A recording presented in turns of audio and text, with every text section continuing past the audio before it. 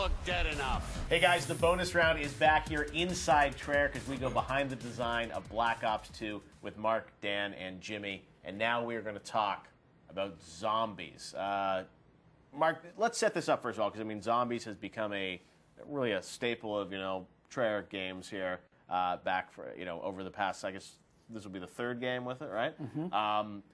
You knew something special was happening with zombies, but for this game, I mean, from day one, did you guys know that you wanted to be this ambitious with the zombies mode? Yeah, across the board, each of the teams, I think, had really, they were just really creatively ambitious. I think, we had set out to achieve what we wanted in the campaign and the multiplayer and the zombies of our previous games, and, much like the fans want something new, us as creatives, we wanted to create something new.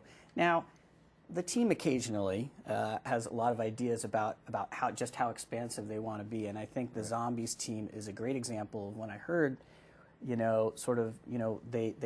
wanted to create this massive world and just exponentially, grow this thing into other directions. I thought, give them the rope to prototype it. No. Give them the rope to prototype it, and we can manage this if they can't. But if they can, how awesome would that be? And so they did. Yeah, I mean, like Dan was saying about multiplayer, we kind of look at it and we've played it so long. We know our the fans of zombies have actually played it for so long that we want to always try to push that, and we also want to excite ourselves about what we're doing. That to us, we look at the original gameplay. We know the kind of essence that zombies needs. We know what it needs fundamentally to maintain the gameplay. So then we look at ways we can break that but maintain the feel. Right. And then the first thing we thought of was, well, zombies is always about tight corridors and confinement and blocked in and trapped. And so we thought, well, let's literally reverse the model and say, you're going to be outside and in bigger environments, and you find places to go in and explore. And so a lot of the original stuff we bring with us, but we just flipped the entire model and tried to see it from a different perspective. All right. So when you were starting with zombies, I mean, did you have a design document? I mean, what was the original idea when you went in and pitched Mark and said, okay, guys, what do you want to do for zombies? I mean, what did you say to them? I went away to my office, closed the door, and opened the door and said, anybody please help. And we started, just collecting ideas from everywhere. I mean, zombies, again, is really tightly tied to our community, and just looking at what they've done, things we've wanted them to do, things we're like, oh my God, we didn't know they could do that. And what they're having fun doing, and again, the team, and all just putting these ideas down and coming up with kind of a plan. The plan so what was that original pitch? The original pitch was we wanted to do an epic sized map, something bigger than we've ever done, something that challenges an open world almost? Open world-ish, and really challenges the core gameplay. But then we also realized that people didn't always want to spend 2, 3, 4 hours playing zombies. They wanted to jump in and get that experience. So we thought, let's do smaller bite-sized things. Let's do things that are contained and offer them the ability to jump quickly in, get some zombie killing, and then run to work. And then tell their friends about what they did, causing them to want to leave work and go beat their score. And that's why, you moved it obviously from, as we talked about, from the single-player engine to the multiplayer engines. That allowed you then to have multiple game types and modes. Absolutely. Again, this is like, as far as, you jump in a traditional zombie map, you're looking at, 4 players getting together and shooting zombies, and then we thought, well, wait a minute, what if they were competing with resources in an apocalypse with another group of four players? And that was very interesting to us, and that's what multiplayer, the engine, offered us. We could actually then put people in an environment that was hostile to both, but they both had to find a way to outlast the other and survive that. So and that's now its own mode in this game. It's like you have this big open world transit, which you're trying to survive in with the 4 players and the 4 characters and the story and all that richness. But yet the team had prototyped and has honed in on sort of more traditional single area environments, and that's the survival modes that you can play with up to 1 and 4 players. But people have been asking for 8-player zombies, which they're getting. It's really 4z4. It's really humans versus zombies. It's just there's 2 teams of humans, and the last person on that team standing wins. What about the idea of letting people play as the zombies? I mean, that's something we've entertained from, I think, even the first map we made back in World at War. and there's definitely, something there. We're always really excited about that idea. And, for us, it's always about making sure that there's that true experience, even if it's completely different, but it has the kind of the pace and the excitement and the tension that core Zombies has. Yeah. So when we find that right tone and balance, that would be definitely. Did you prototype that stuff? I mean, how far along did you get with that idea of letting people play as zombies?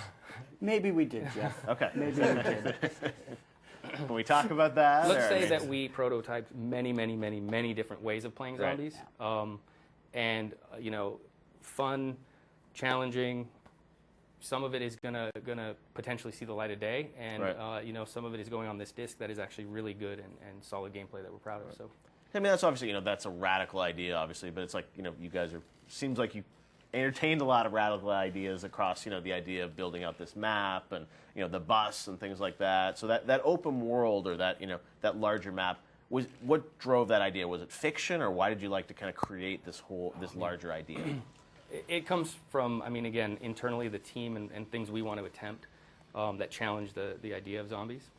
Just things that we throw out there and think, well, that just sounds ridiculous and fun, so let's try it. Right, and then you're sitting in my chair, and they're like, so we're moving over to the multiplayer engine, and we're doing this massive map, and we're going to do modes, and there's going to be these, anyways, and it just goes on, and it's like, okay, well, you have a development cycle with which we have to do this in, because you could just prototype forever. I think, while they're highly creative, I think having some focus has helped, and so they did. They have, Meanwhile, they're aggressively prototyping. Both of these teams here have been just aggressively prototyping things along the way, and what you see in the product is a result of that.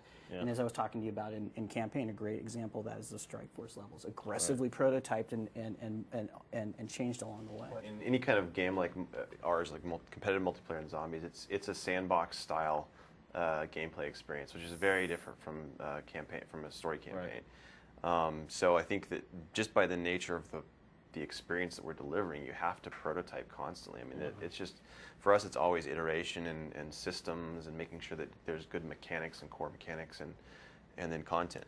And Zombies has had, a core kind of loop that I think everyone knows from obviously, opening doors and, buying things. Was that always the loop? Do you ever think of reinventing that in Zombies? No, so while we're prototyping all these kind of new ideas, we, at the same time, we're kind of developing the actual main experience that we knew would be, one, it would also be groundbreaking, but it would be very kind of familiar to the core audience, and that they would actually get something for sure that they're going to embrace and see as part and parcel with original gameplay and all the way back to World at War. Okay. And it was just a matter of trying to find that balance of, we have this, let's make sure that gets done, and then which one of the things that we're doing is going to be a complementary to that and a new kind of face or facet to zombies in general, to the fans.